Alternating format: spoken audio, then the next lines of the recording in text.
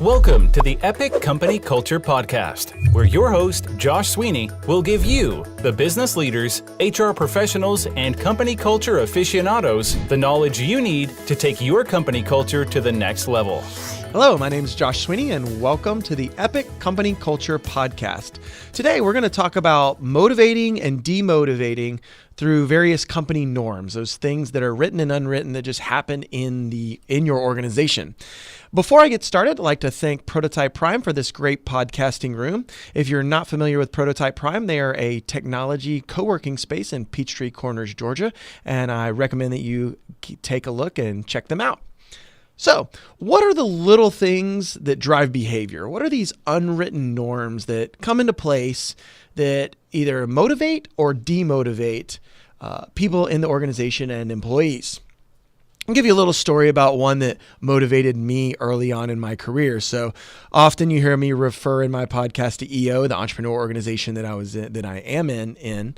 And when I joined that organization, I joined what's called their accelerator program. Their accelerator program is a program for companies, founders that are between $250,000 and $1 million in revenue. And it's a 3-year program to get them up over $1 million in revenue. Well, when you go to events, you're going to events with accelerators, strategic alliance partners, other EO members in the full program that are $1 million plus.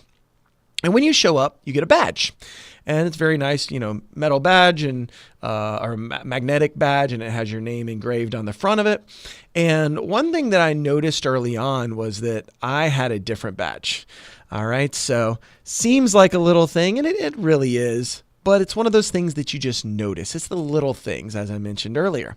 So my badge was red, and all of the other EO members that are $1 million plus founders had black badges. And then I noticed some other badges like gold and white and some various other colors.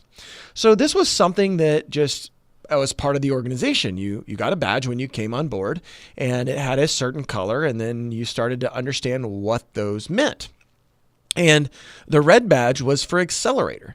So immediately, although I had met $250,000 plus in revenue and, was in a top group of founders for organizations, because many don't even make it that far. And, I already had this red badge, and I really wanted a black badge. Now, there was lots of other motivating factors for me to grow to $1 million company, and I did over about a year and a half. It took me about a year and a half to go from $250,000 to $1 million. But one of those little factors, one of those little things was like, I really not only wanted the revenue, of course, but I wanted to be in the full organization, and I wanted a black badge. I wanted to be part of that group. And so that was one of the little motivating factors that nobody really talked about, nobody highlights. It's just one of those things that you notice that sets action or creates action on behalf of, in that case, myself. Now, there's other ways that this happens likely in your environment and other businesses that I've seen. One way that I see this is the suggestion box, right? So years ago, and in certain environments, you still have the suggestion box where you write something and put the card in the box. And I'm not talking about in a hotel or anything like that. I'm talking about in your organization where you're having employees create suggestions for the work environment. And you may still have a box, or a lot of times it's a form online that, is posted and people often forget about. And they put in the suggestions. And a lot of times you see these suggestions end up being a black hole, right? The suggestions come in, and from there they disappear. A lot of times you don't even get a response like, hey, we got your suggestion. It's not even the autoresponder. It's just that it goes away. And what happens is that's another one of those little things where the business is actually reinforcing that they don't want any more suggestions. Now, it's not explicitly said, but if I'm making many suggestions as an employee and I'm getting zero feedback and don't know where it's going and there's never an outcome, well, eventually I'm just going to stop giving any sort of suggestions. And so that's one way to do it.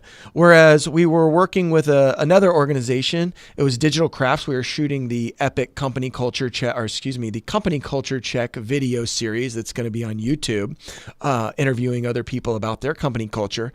And they have a process called Start, Stop, Continue. And you'll see it in the video, but they ask people about what they should start doing, what they should stop doing, and what they continue doing. And in a lot of those, when those suggestions come in, they go into a system that's actually managed, and they respond to each item.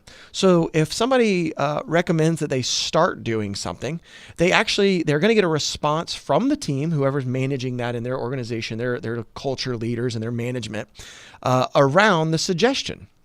And so they're getting immediate feedback. Hey, that's a great suggestion. We want to hear more. Tell us about this, this, and this. So they dig in and get them to get that employee who suggested it. They get them to think further into it.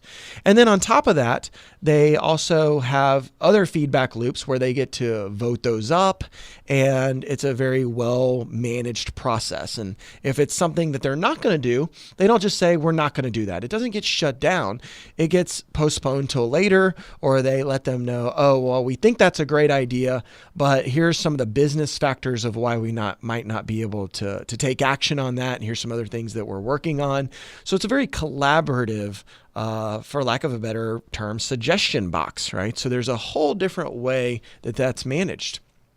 So in that, there's all these little things that happen in the business, from the suggestion box to badges, or the type of office space people have. As people want to work up to different office spaces. Some people just want to work up to a private office, right? They want that management style. They want that private office. They want to have what that comes with.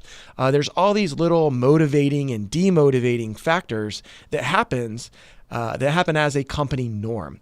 So what we want you to think about is, what are the written and unwritten rules? What are the little nuanced items that motivate or demotivate your employees?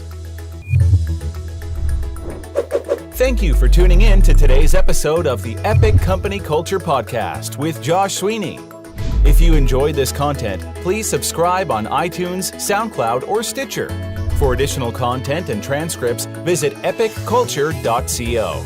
If you have questions or topics you would like us to address or expand on, tweet us at epicculture1 or email at podcast@epicculture.co.